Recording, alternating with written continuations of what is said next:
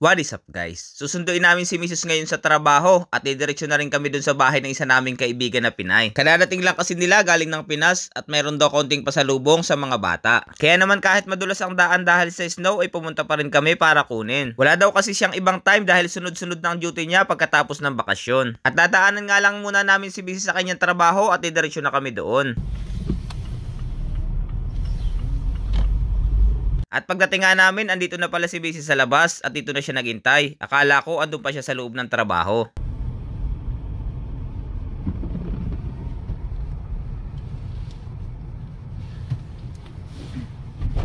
Mama!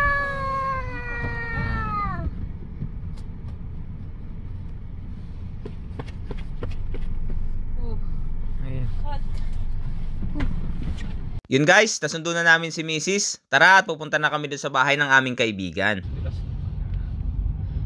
dahan-dahan lang tayo. Para hindi po ma-accident. Genau, anak. O, das jetzt so ganz glatt. Dahan-dahan dito dahil pag madulas yun, no? Baka tayo bumangga dito. Nararamdaman ko yung gulong dumudulas pag nagpe-preno ako. So first time, hindi naman first time, kaya lang siguro ngayon ko lang sa buong 4 years ko dito, first time lang na mag-cancel ang klase dahil makapal ng snow. Dati hindi. Bihira silang maka-experience ng ganitong kapal ng snow dito. Dito mismo sa Bon dahil mababa itong lugar na ito kaya nag-i-snow, pero yan o, dumudulas o. Oh my God, oo nga. Kaya delikado mag drive pag ganitong madulas, kahit yung gulong pang winter dumudulas pa din. Ayun yung mga makikita nyo mga sasakyan, dahan-dahan din lang pataas.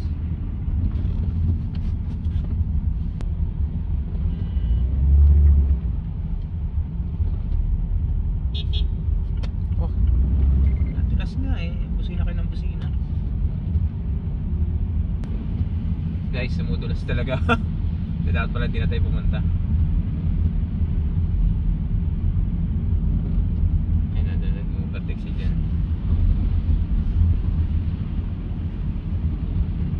oh my, Ayun, oh my, ayun, oh my. Kita mo yan. Ayun, pakita mo sa kanila. So, pan talaga. Mama, talita. Nakita niya? Nakita mo sa video? So, yun ang ibig ko sabihin. Bumubusina sila dahil mabagal ako. Dumudulas nga yung aking gulong kaya mabagal. Nakakatakot pala dito. First time kong mag-drive ng ganito. Nakakatakot pala yung ganitong Erste snow. Mal.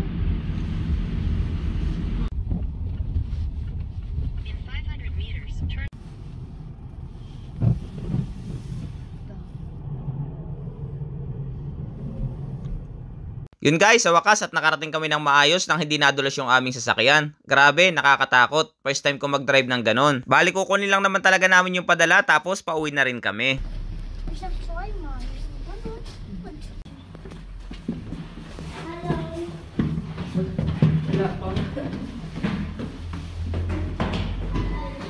Hi. Yeah? Oh yan oh. Ano yan?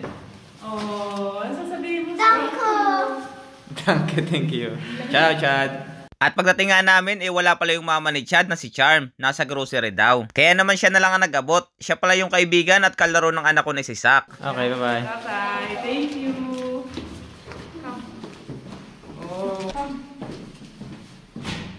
At ito pala yung pasalubong sa mga bata. May stick o. Mayroon ding cherry pear. At ito, ano ito? Parang hindi ko kilala. Piyaya.